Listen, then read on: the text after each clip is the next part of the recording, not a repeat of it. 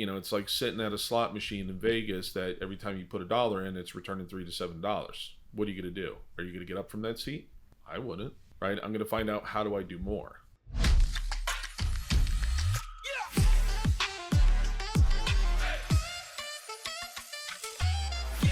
Hey everybody, welcome back to Annuity Fundamentals. I am your host, Kylie Malat, joined with our co-host, Ryan Anderson, and today we have a very special guest, Scott Kasprzyk.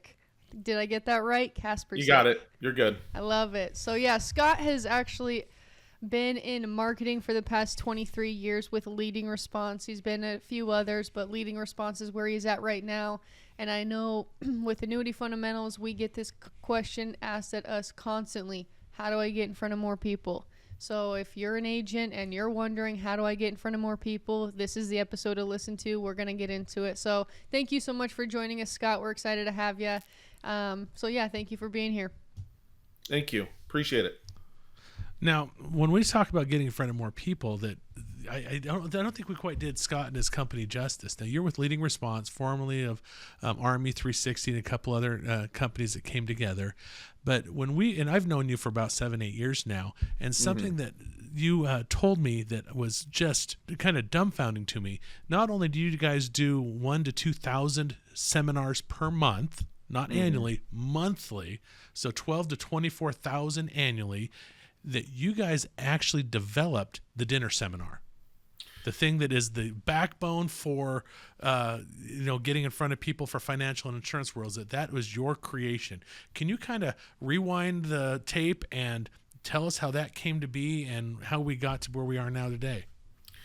Yeah, so it's a great story. So George Villar, who's the founder of our company years ago, and I forget the name before they turned to Ameriprise, and what it was is he had run into a friend, and then the friend of his was in the financial space and looking for a way to generate leads in the business. So they kind of went back and forth for just a little bit on trying to come up with some ideas on how to put them in front of more people. Back then, educational events that we're seeing now kind of a resurgence on was the big thing. There was a company, Successful Money Management System was around back then. And, so people were looking for something a little bit different.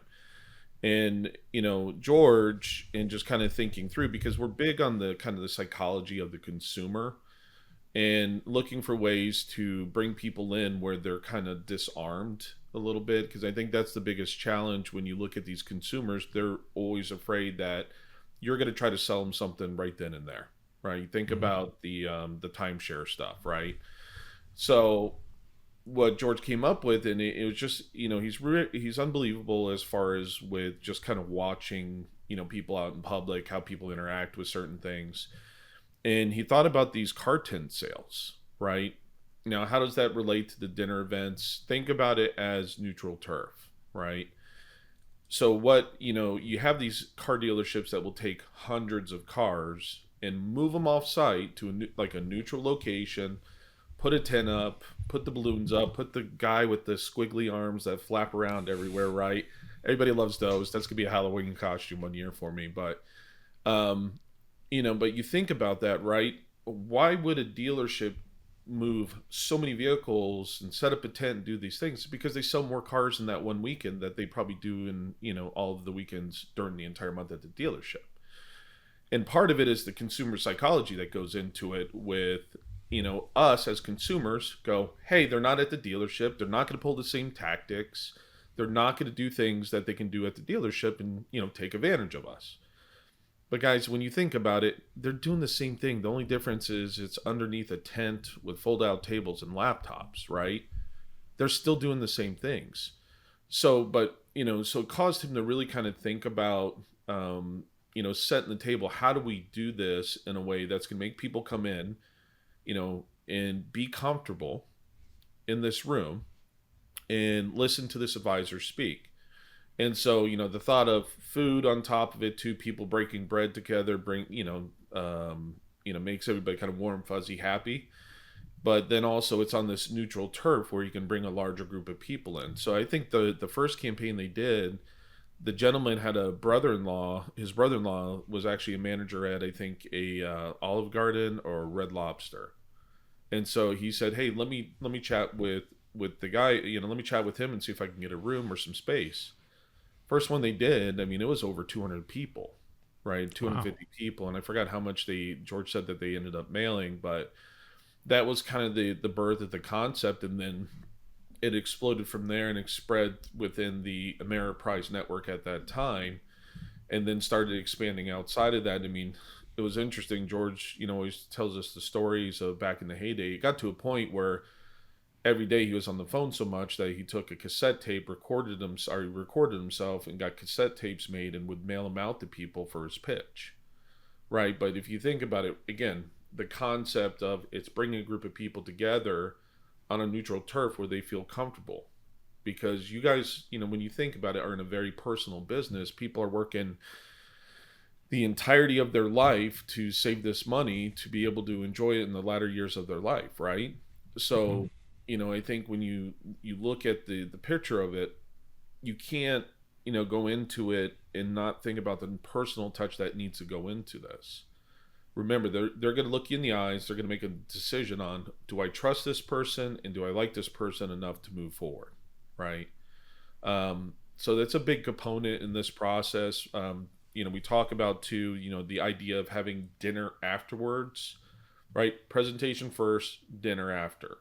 And the reason it's built that way is it's not just because you want to be able to give your presentation, emotionally move them with the content, but you get these people for another 45 minutes afterwards to an hour, right? To mingle with them, to build the relationship with them, to build that trust.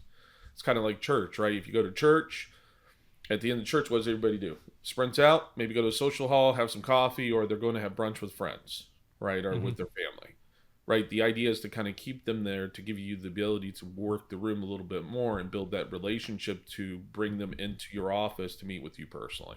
Yeah, absolutely. I know when I first started I started with Medicare. That's how I cut my teeth, was in Medicare. And Ryan was my manager at the time. And he said, Kylie, the first year is like crawling over broken glass. Like you're learning new processes, Oh you're yeah. trying to get in front of people. I mean, he's just being real. And I think having some real expectations and knowing what to like, hey, this is going to be tough is important, right? You need to know, hey, buckle up. This is going to be a tough one, but you're going to be fine if you follow these steps. And I remember going into his office about a year and a half later, and he said, well, what's going on? I said, well, this sucks. And he said, what's going on? And I said, we're a brokerage. I write for over 150 different companies. I sit down 9 times out of 10. I can save these people money, and I'm begging people to hang out with me. From phone calls to door knocking, there has to be a better way. And he said, okay, well, buckle up. Let's get into the workshop space. It's not going to be perfect your first time, so let's have some expectations. So he helped set those up of just it's not one and done. Like these are a Mm. continual thing. Your presentations will get better over time. But I mean, I started with Medicare and I had a partner with me and we did it together, and that got us into the annuity space as well. But for a new agent who was in my similar situation, right? They're sitting there thinking, how can I get in front of more people? What's your best advice? What would you tell someone? Is a workshop for someone who's been in the industry a year or less, or a year or more? Or when do you see people be the most successful? Um, I mean, again, the product we know takes a little time, right? But you usually have support, a lot of the times in the space, unless you're going on your own. Um, the one thing people always ask me, what would you do? Well, what I would do if I left this business is have a pool of money. I would link up with somebody to learn the business, right? The key is it's kind of like a Broadway play. Let me kind of back it up here. If you want to seriously grow your business, events, especially dinner events, or in the Medicare space, lunch events, or even they'll do dinner events with the limited cap or the cap on it, right? That's actually one of our largest growth segments in our business right now is the Medicare space. We've done a phenomenal amount of business over the last year in helping advisors, and we're actually seeing kind of like the heyday of the financial in response to it. We've seen campaigns where somebody mails out 3,000 pieces to people aging in, and we're getting 90 to 100 people. Wow. What I would tell somebody is, I would look at it. You can't dive into it and say, "Hey, I've got this." You need to set your processes. Processes pre, during the event, and post event are super important. But then also, when we talk about like a Broadway play, right? If they just got on stage and started reading from a sheet of paper, we're not going to enjoy that play. We're going to go, what the heck did I just pay for?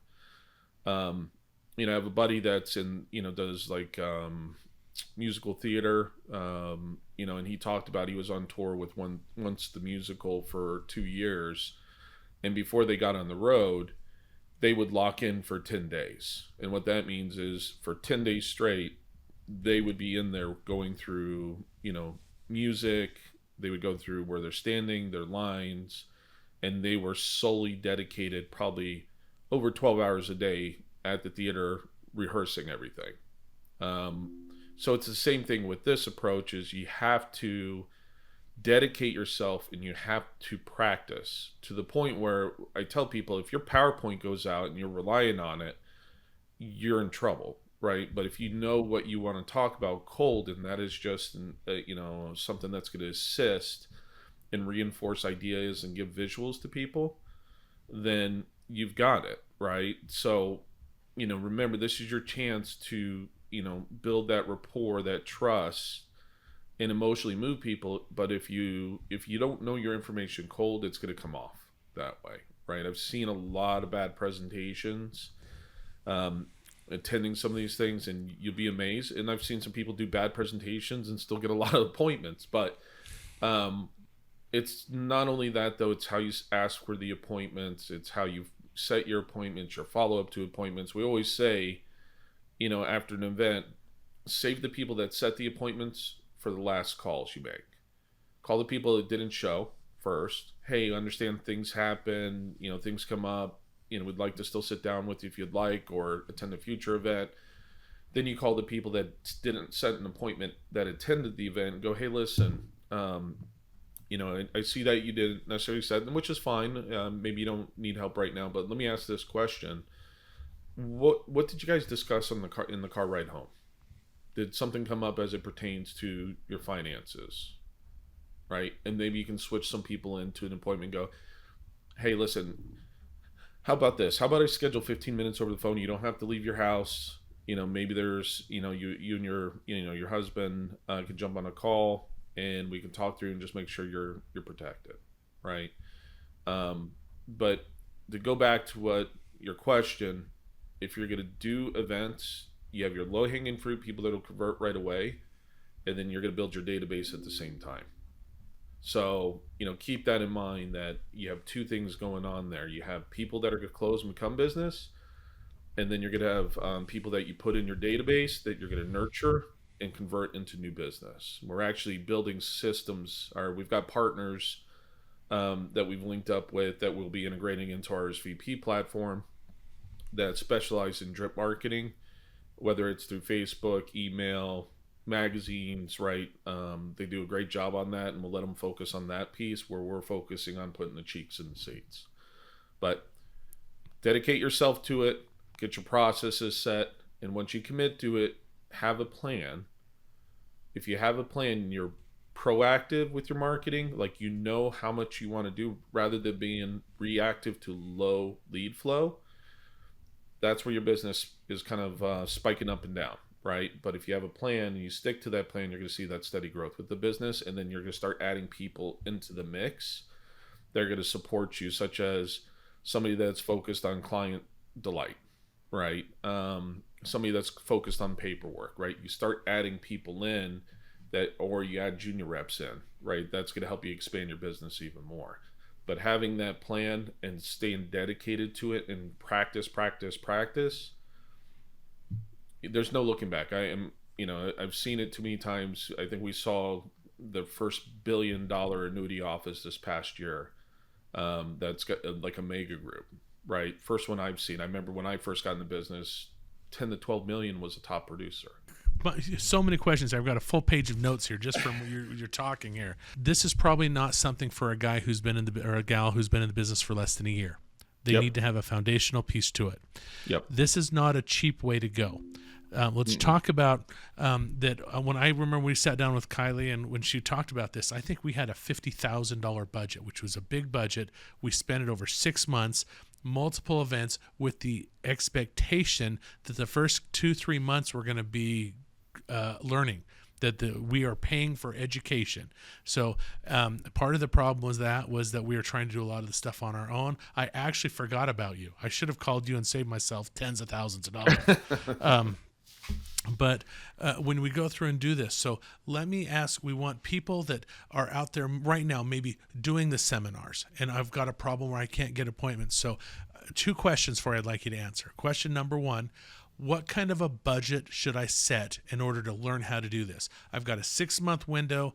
How much should each seminar cost? And the restaurant type, the marketing, those pieces there. So that's the first thing.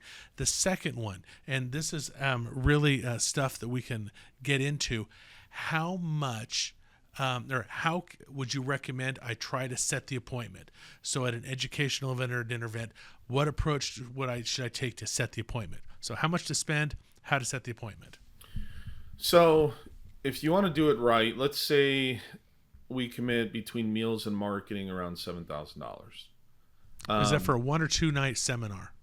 Let's say a 2-night. Okay. On that, right? That's and combination define those terms for our audience, please. Yeah. So when you look at it, so typically you don't want to just offer one date on an invite, because people have things going on different nights, and if you don't have an opportunity for them to attend another one, you'll miss out.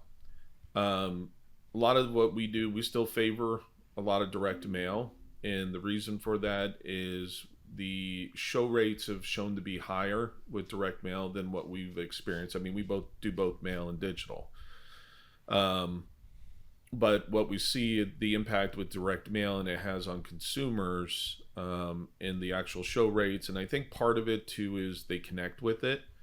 And we do some things with personalization. I mean, we just converted our entire print facility to digital. So we personalize all the pieces that we do because there was a 21% lift in mail that had personalization over static, your traditional old school print. Let's say that's 5,000 pieces. Say you're using kind of like Ruth Chris, Fleming Steakhouse, which we have national partnerships with both of those to reduce the cost or the investment that's associated with it. And then looking at that, why you want to look at doing about 4 events. It's once you commit yourself to it, and there's something that happens by that 4th event that the machine is turned on. Okay, so clarify that real quick, Scott. Yeah. 4 events is actually 4 marketing campaigns with 2 Correct. seminars per Correct. event. Okay, Correct. So eight seminars, 4 marketing events. So keep going and talk about the restaurants. Ruth's Chris, cha-ching, Fleming's, cha-ching, not inexpensive places. No. Why should I go there instead of Outback Steakhouse or some other local, or like you talked about, what's wrong with Olive Garden? It's changed over the years. Again, from response percentage in a lot of these higher end locations, traditionally steak and potato places are the highest draw. From what we've seen our data, recently we've seen Brazilian steakhouses come into play and do very well. People love meat on a skewer. But when it comes down to it, they're higher end places, but again, traditionally what we see is a higher response. And I think it appeals to, all, the entire world. Right. With the national partnership, we're about $25 cheaper compared to if you were trying to go in and get the same menu that we have preset with them. Mm-hmm. So we're taking that buying power we have as a company. When you talk about the 1,000, 2,000, campaigns that we do monthly, it gives us a little bit of buying power to negotiate, and we're starting to do a lot more of that with restaurant groups. When you look at the, let's say the overall investment, $28,000 for those four campaigns. And, again, your return, right? On the first one, you may make a little bit of money. That second one, you're going to see that increase. And by the third and fourth, you should be falling between about 300, 700%, right? That's kind of the trend line that we've seen with advisors doing. Now, it depends on if you have a heavier fee base, it's going to change the numbers, but you're also looking at it differently. But it's just something that happens, right? Again, I've seen it all too many times when people commit and they commit themselves to this process. It's like sitting at a slot machine in Vegas that every time you put $1 in, it's returning $3 to $7. What are you going to do? Are you going to get up from that seat? I wouldn't, right? I'm going to find out, how do I do more, right? How do I build the machine to even larger, which that's where you're seeing these mega groups where they've got multiple advisors, multiple support staff, people in place.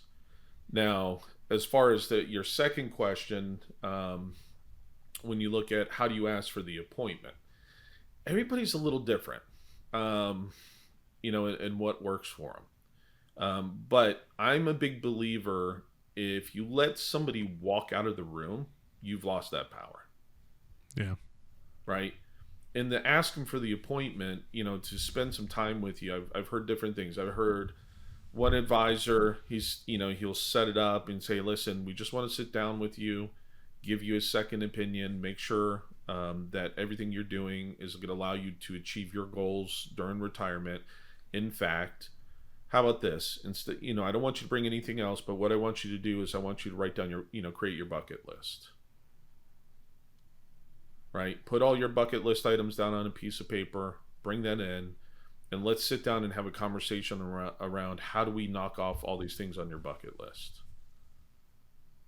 Right? It's personalizing it. It's connecting with people in a different way.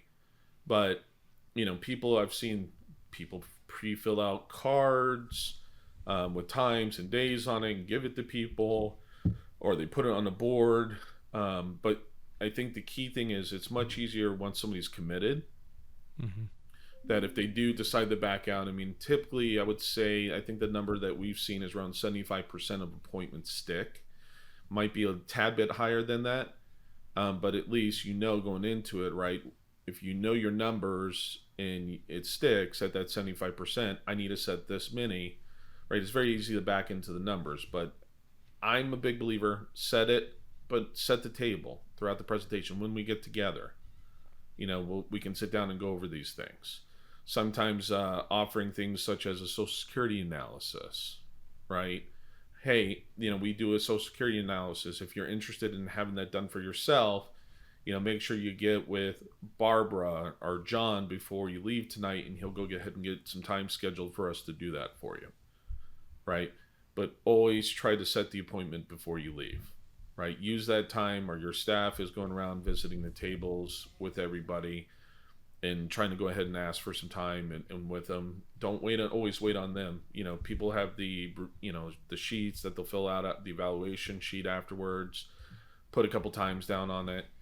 But if you're making phone calls after the event, trying to get people to schedule an appointment with you, good luck. Yeah.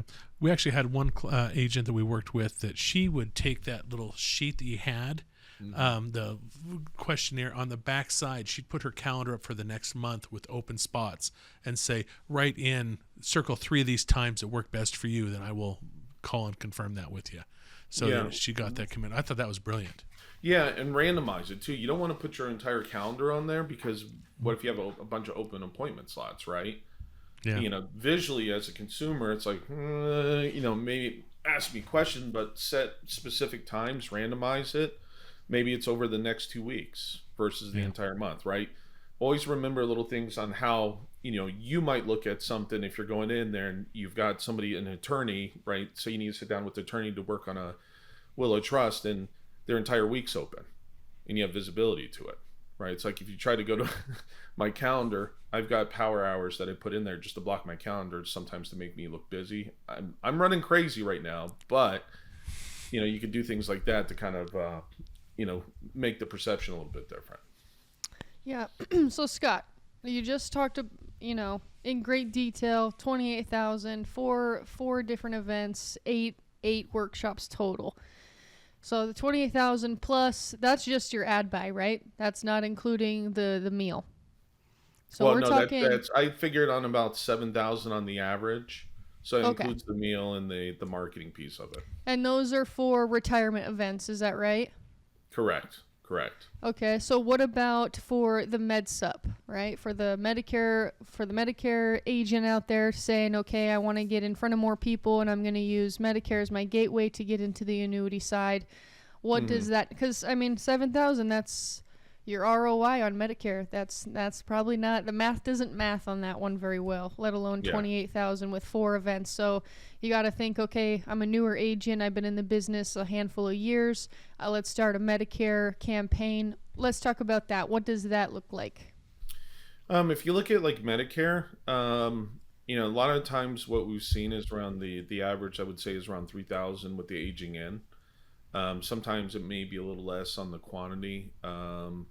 And then your meals, I mean, you're capping off, because of limitations and stuff. But let's say you mail out 3,000 pieces, let's say ballpark, I'll just use a nice round number of 2,000 for that, right?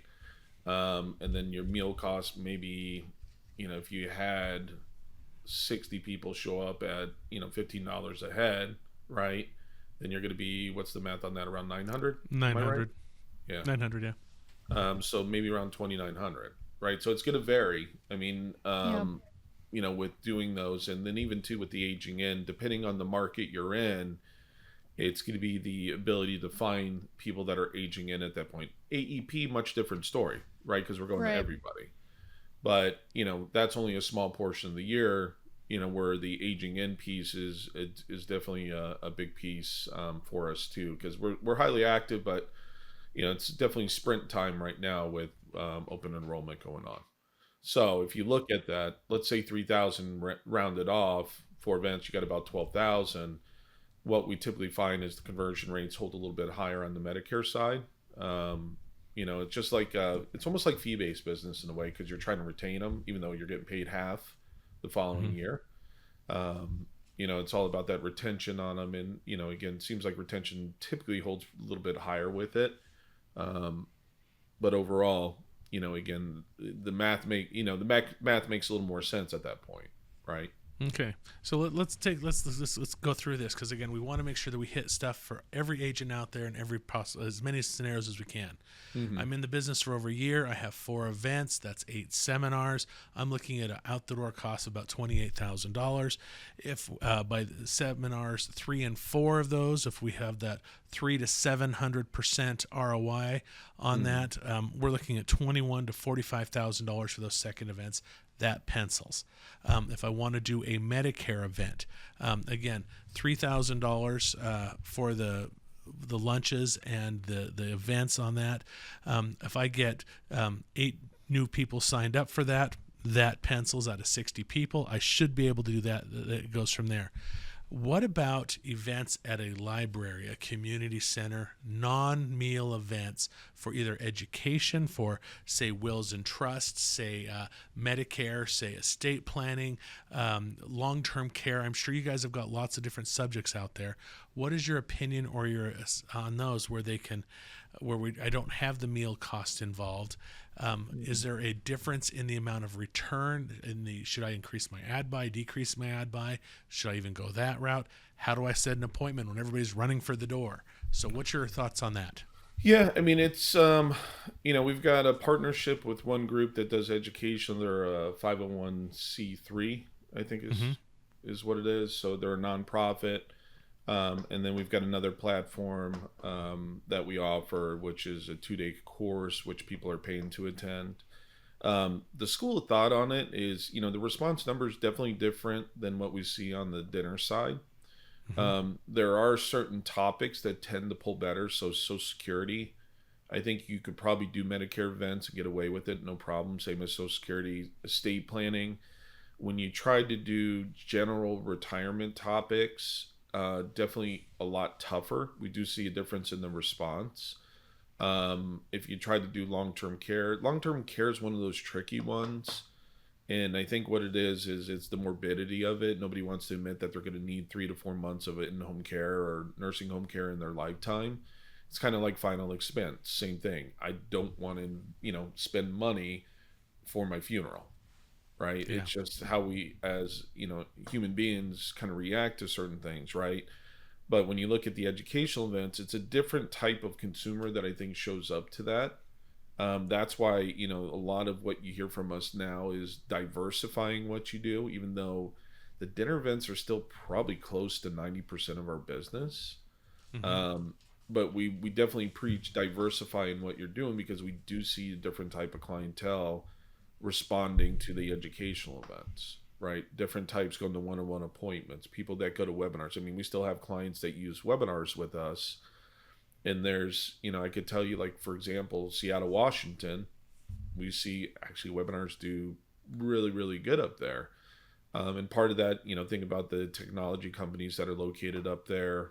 Busy with their days. The traffic patterns are, from what I hear, absolutely horrible. Yeah.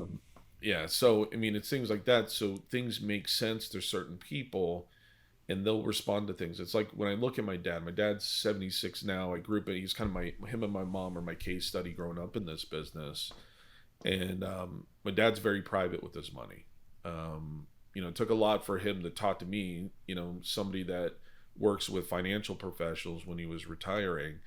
But I think he'd be much more receptive to a one-on-one appointment versus going to a group dinner. Now, my mom, she'd Hmm. invite her friend Georgia, and they would go to a dinner event, and listen to the information, right? Because they're a little more social, social butterflies that way.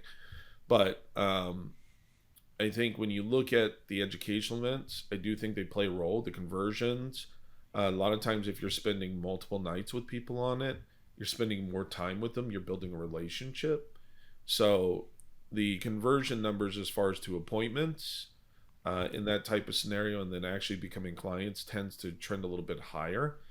But the challenge is the cost per lead is typically higher on an educational event versus doing a dinner event.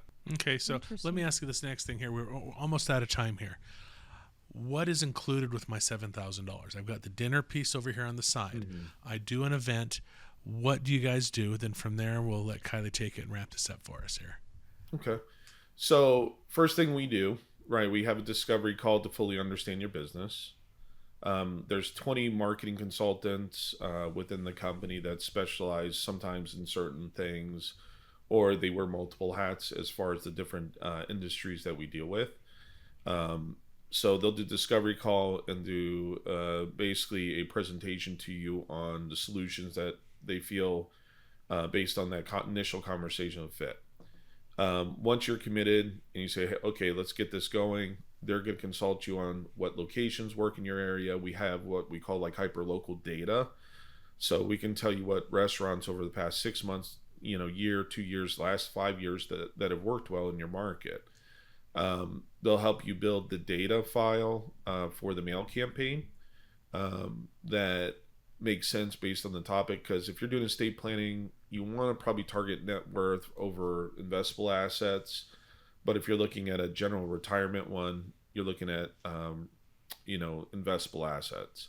Medicare side, right? Depending on what you're looking at offering, but again, that's pretty easy where you're looking at 3 months before, 3 months after, on aging in, open enrollment, right? You can open that up a bit. Some people do like to add some type of income filters or wealth filters to it because they're looking at the annuity business on the backside. And then from there, it's helping you put the content together based on the presentation you want to do. And then from there, we actually produce the mail, and then also we do digitally internally too. So one thing that's different about what we do is we're actually using the same data compiler to create the audience that we do on the mail side. Oh wow, Um, that's huge. so yeah, we're actually, if you look at it, if you go on Facebook's marketing partner site, we actually are an approved marketing partner of Facebook. We spend probably close to 14 million a year with them, both Mm. between the financial side, and we also have what we call our legal side of the business, where they're generating leads for attorneys, for mass tort, SSD, auto accident, a number of focus areas. And then from there, we're helping execute, right? So we produce it, ship it to your regional facility or sectional facility, and then from there, we're actually handling the inbound calls that are coming in, which is housed on our new platform called Hub, in which it's going to give you who's registered, and then we also try to upload our pen data points to it, so you know who's attending your event, right? Validation, but then also it helps with future marketing efforts that you have a particular segment that's buying from you consistently, then we can adjust, right? Our job really kind of ends, I would say, at the confirmation process. I mean, we can do what we call reminder calls, but the confirmation process should really be handled by you in your office and your team, because it starts the relationship building process. So, again, direct mail, the production of it, helping you put everything together, the consultation piece, the postage, all that's factored into that. And then, again, with Ruth Chris and Fleming's, they've been great partners, and they're built to be able to handle these type of events too. Is why we're trying to expand that network further, like I said, but you're taking over at the confirmation point, right? Yeah. Well, I think that's important for agents to know. So if you're looking for a start to finish process, leading response, their information is in the link below. Scott, we appreciate you joining us and for your time. Everything that you've said has been super valuable. I know people are constantly interested. How do I get in front of more people? What is it going to cost me? How many people am I going to get to talk to? What does that look like? What is the conversion rate? So thank you for answering most of those questions in detail. So appreciate your time. If we have questions for leading response, their contact will be in the link below. If you're looking to have a workshop, but you're not sure how to present it, annuityfundamentals.com. Book a call with us. We also do workshop training on the presentation, on what to say and how to say it, and help you with that process as well. So with that being said, Scott, thank you so much for joining us, and we will see you guys next time.